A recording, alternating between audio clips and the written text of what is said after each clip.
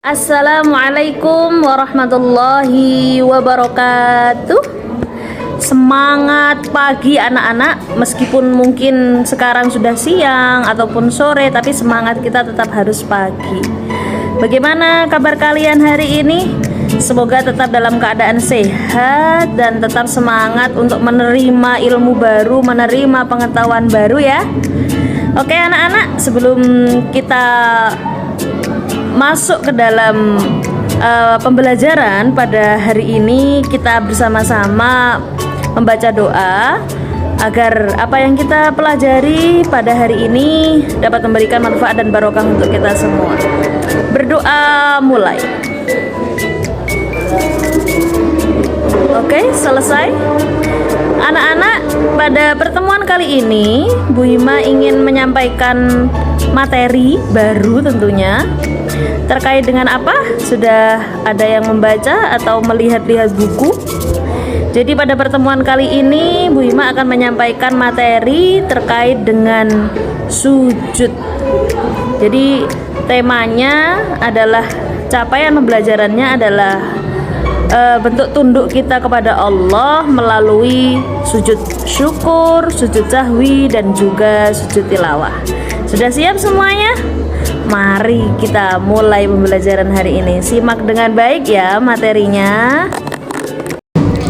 Mengagungkan Allah Subhanahu wa ta'ala dengan tunduk pada perintahnya melalui sujud syukur, sujud sahwi, dan juga sujud tilawah.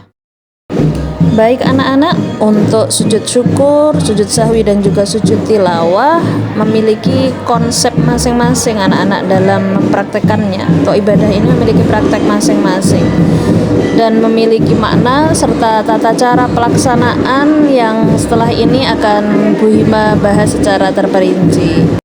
Untuk tata cara dalam melaksanakan sujud syukur tidak jauh beda dengan sujud sebagaimana kita sholat biasanya, yakni yang pertama dengan mengucapkan niat, kemudian takbir, dan sujud.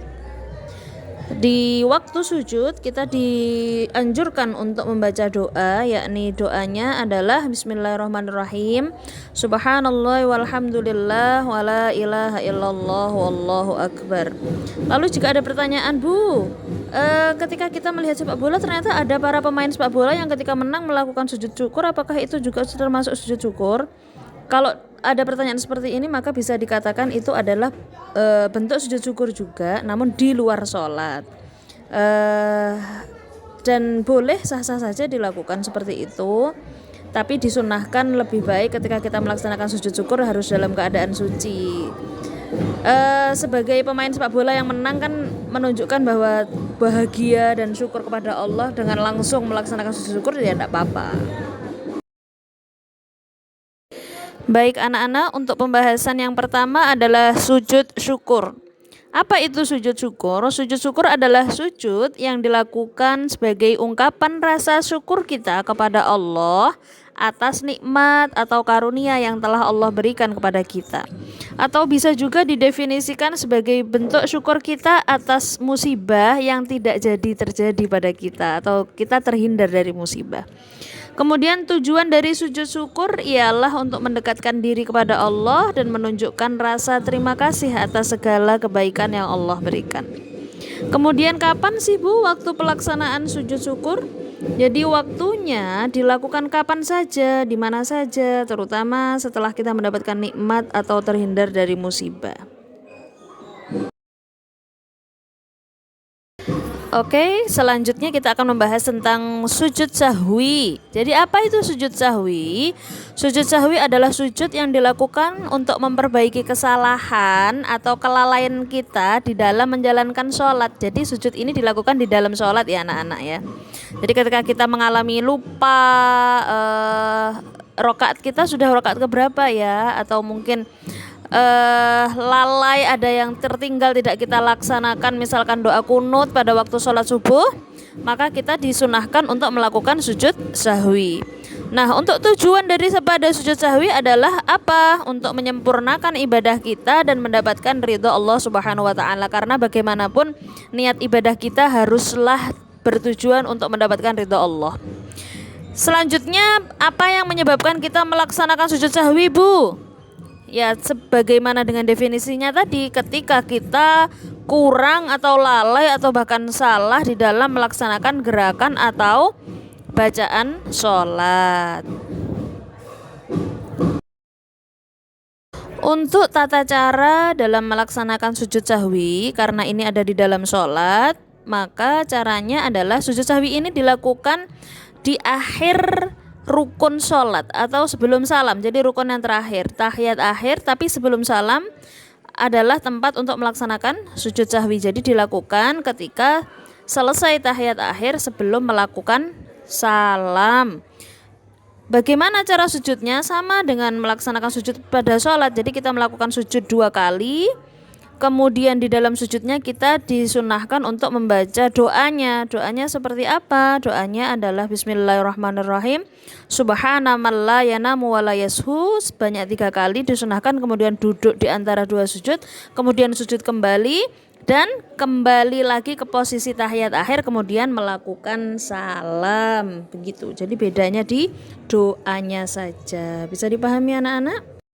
Nah, untuk sujud yang terakhir yakni sujud tilawah, sama dengan namanya, jadi tilawah, bacaan. Jadi sujud tilawah ini dilakukan ketika kita mendengar atau membaca ayat-ayat sajadah di dalam Al-Quran, baik ketika sholat maupun di luar sholat. Untuk syarat melaksanakan sujud tilawah hampir sama dengan macam sujud lainnya. Jadi kita disunahkan untuk bersih atau suci dari hadas dan najis, kemudian menghadap kiblat dan juga menutup aurat. Manfaat melaksanakan sujud tilawah ini apa sih, Bu? Kok ngapain sih kita harus ketika mendengar ayat sajadah harus sujud-sujud segala? Jadi manfaatnya adalah mendatangkan ketenangan hati, mengingatkan kita akan keimanan kita bertambah. Jadi ketika ayat Allah itu dilantunkan, maka kita langsung bentuk wujud iman kita kepada Allah itu dengan melakukan sujud, dan tentunya memperluas kewawasan keagamaan kita. Kemudian selanjutnya adalah adab dan tata cara sujud tilawah. Ketika sujud tilawah itu dilakukan di luar sholat, maka kita dianjurkan untuk berdiri menghadap kiblat, berniat sujud tilawah, melakukan takbiratul ihram, melakukan sujud 1 kali, duduk sejenak dan membaca salam. Nah, jika dilakukan di dalam sholat atau ketika imam membaca surat atau ayat sajadah, maka kita ketika dalam keadaan berdiri maka disunahkan untuk langsung melakukan sujud 1 kali dengan membaca doa sujud tilawah. Setelah sujud langsung berdiri lagi kembali ke posisi awal atau gerakan yang tadi sebelum membaca atau mendengar ayat sajadah. Doa sujud tilawah yakni Bismillahirrahmanirrahim. Sajada wajhiya lilladzi khalaqahu wa sawwarahu wa syaqqa sam'ahu wa basarahu bihaulihi wa quwwatihi fatabarakallahu ahsanul khaliqin.